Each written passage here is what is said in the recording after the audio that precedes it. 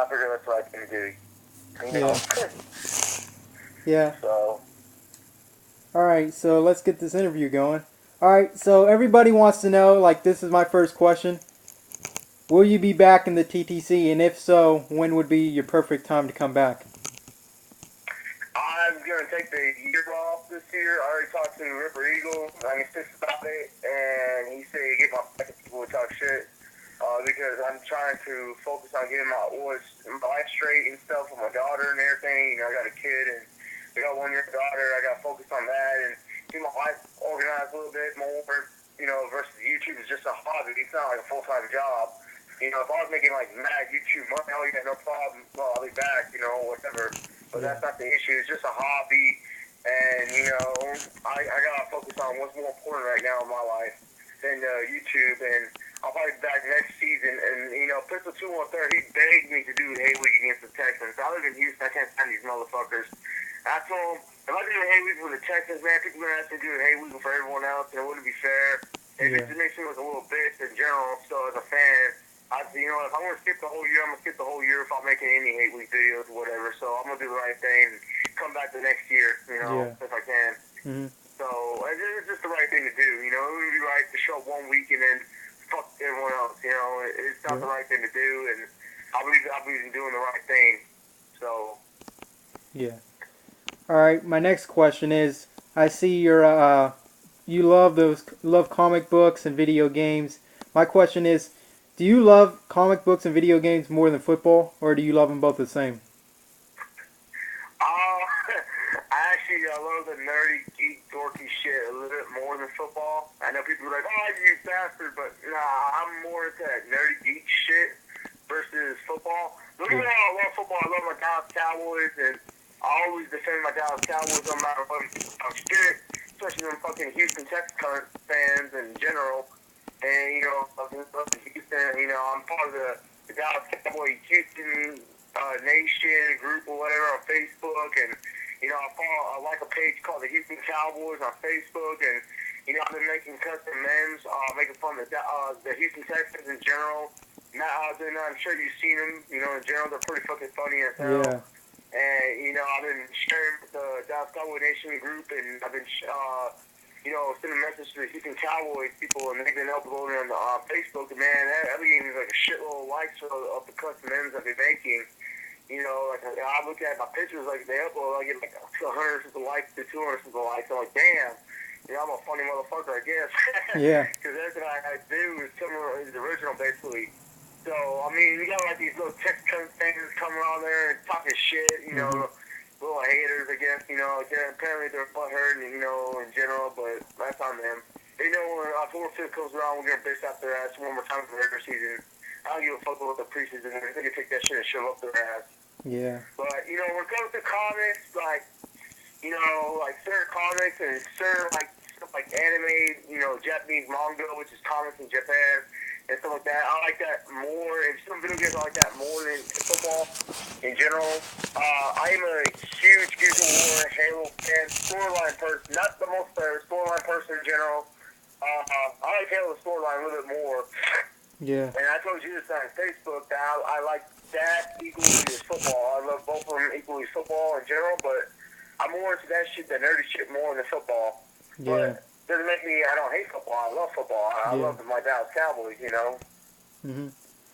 All right, my next question is, you know, me and you have been talking online about the NFL draft and all these QBs like Manziel and Bridgewater, mainly Manziel, but we've been saying how Manziel is going to be a bust. But what would be your reason why Manziel is going to be a bust? Man, my main reason he's going to be a bust, like the kid, he went to the NFL too goddamn early. I mean, he should have stayed in school and got a fucking degree or some shit. You know, have a plan B to fall back on. You know, he could have been that way, but I guess his ego got so far up his fucking stuck up rich ass, whatever. And you know, he just thinks he's the shit all of a sudden. Like I'm like God, you have to worship me every time I come on the field or whatever. And it doesn't work like that. You know, he's very immature. You know, I mean, I read a thing on NFL.com on my Facebook, one of the pictures I like or whatever. And they were talking about, man, when he got drafted, he went back to A&M, and he bought like everyone like drinks at the fucking bar. I'm like, are you serious, dude? I'm like, you're wasting your money on some bullshit like this? I didn't think you buy drinks from you and your homeboys or whatever. That's different, but you want to buy everyone? Man, get the fuck out of here, dude. I mean, you're already blowing your money the wrong way. Yeah. And I'm just like, I heard the guy's rich as hell because his parents, whatever. The kid's immature. You know, the thing is, he still has a lot to learn.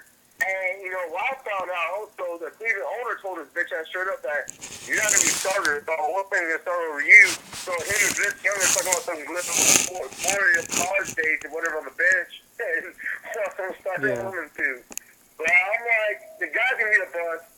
He's immature. He's not, I mean, he has talent, but I don't think he's going to do that good in the NFL. Yeah. Everything goes with Clowney, the Texas God, and Bridgewater, and so on, and, you know, in general. So, I don't think the guy's going to last long. I mean, look at what Colt McCoy with. He went to Cleveland, you know, when was the last time you heard about him? He's MIA. You know, the backup for the fucking 49ers or whatever, you know, come on now. Yeah. The guy's a bust, too. Matt Lyer's a bust. I mean, there's so many people that are bust in general. That they're supposed to be badass from college, like Ryan Leaf, you know, or Jamarcus Russell. They're busts. And this kid right here is going to be a bust, too. He's too immature, and he should stick in college and, you know, keep on getting more experience as the time goes by. And after his senior year, then you draft to the NFL, and it's okay, and probably more mature at the time. But the reason why he's going to be a bust because the Eagles are so shoved up, far up his ass, and he's very immature on top of it all. That's why he's going to fucking fail in the NFL. Yeah. What else? And another thing about the draft, how do you feel about the NFL, like, praising this Michael Sam? How do you feel about that? Do you think they're trying to shove this, like being gay is kind of like this, like, media attention thing and then, like, showing it? How do you feel about that?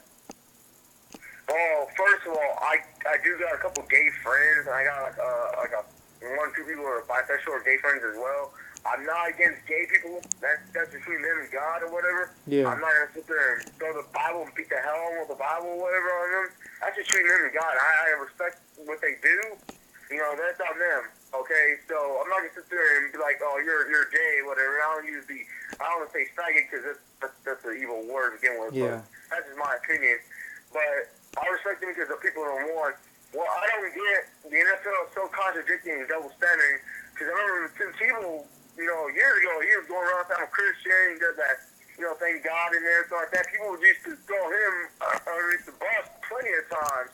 And then you got this guy right here, Michael Sam, like, you know, saying, I'm gay. Nothing against him being gay. I don't hate on him for it. You know, that's you know, it's like I said, that's between him and God. I respect him for doing what he does, I guess, for being gay or whatever. I don't hate the man.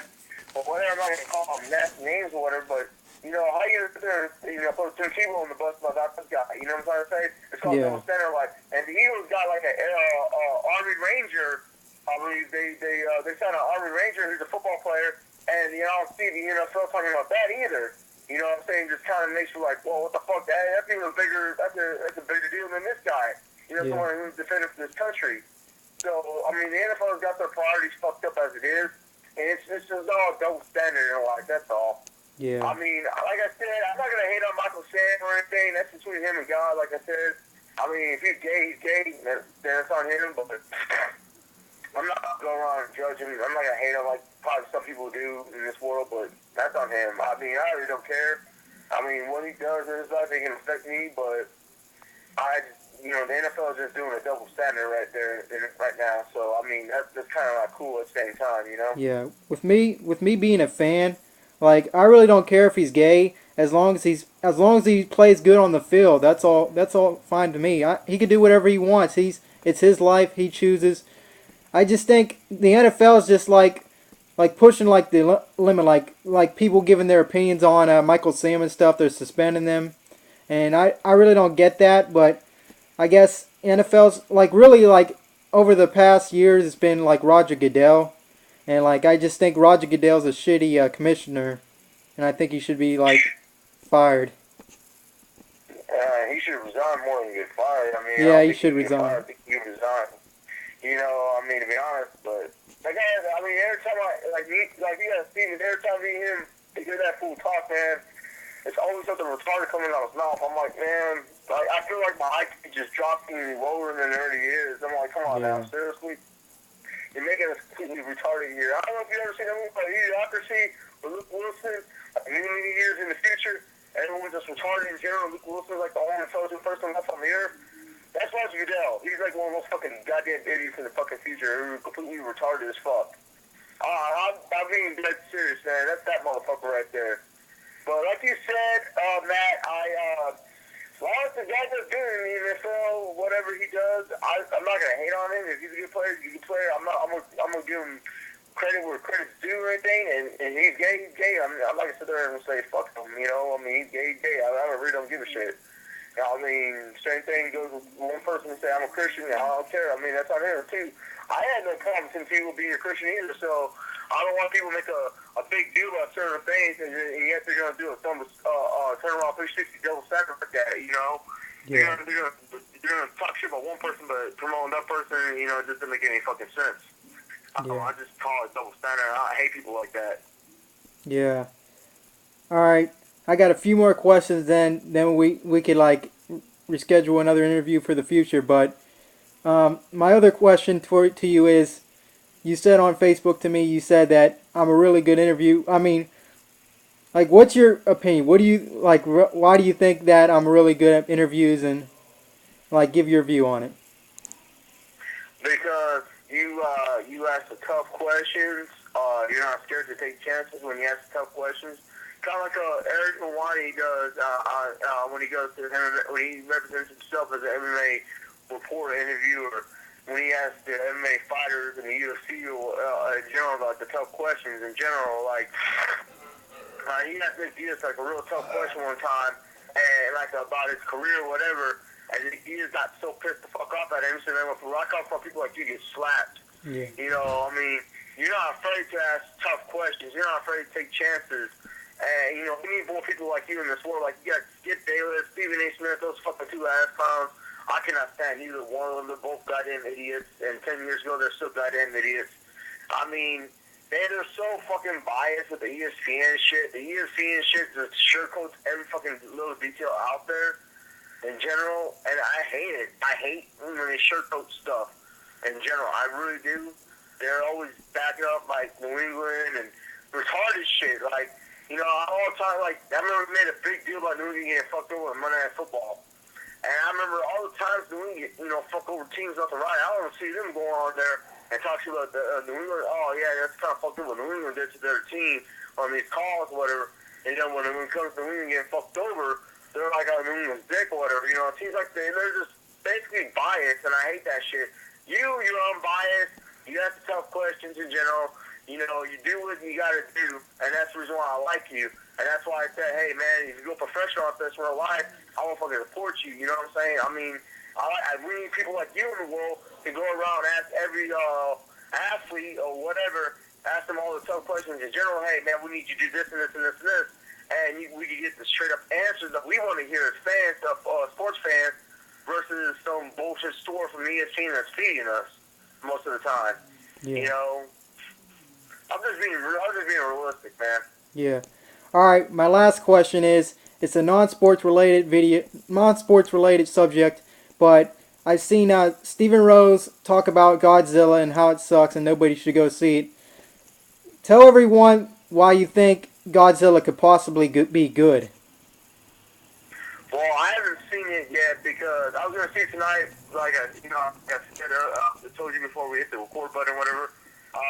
My dad, you know, about a month ago, he had open heart surgery, and I was going to take him out, spend time with him and everything.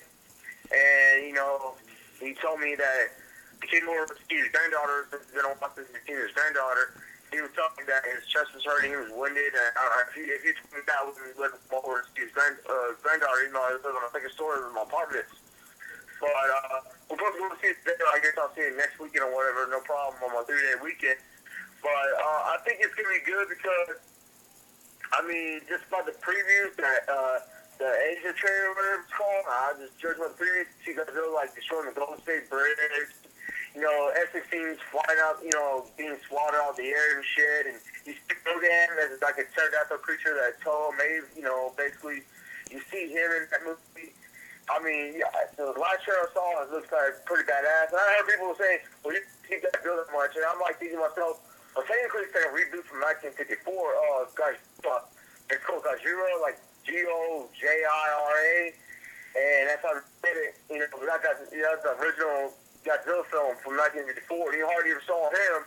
And you saw this part of the movie, like, later on. In general, that was it. But when he got Tokyo late at night, that was it, basically.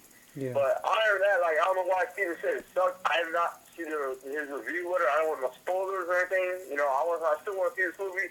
I'm a huge Godzilla fan. I have most of the Millennium series, the movies. I have most of the 80s, 90s films, series, whatever. And, you know, in general, I'm a huge Godzilla fan. I've seen just about every Godzilla film out there from 1954 all the way to where we're at now, except for 2014. So, I mean, to be honest, I've just seen about every Godzilla film in general. I'm a huge Godzilla fan. I like monster films like Pacific Rim, Cloverfield, you name it. You know, I like those kind of movies. But I don't know why Steven Rose made a big deal about it. You know, maybe he's pissed off or whatever. Maybe he wanted more action of it. I don't know.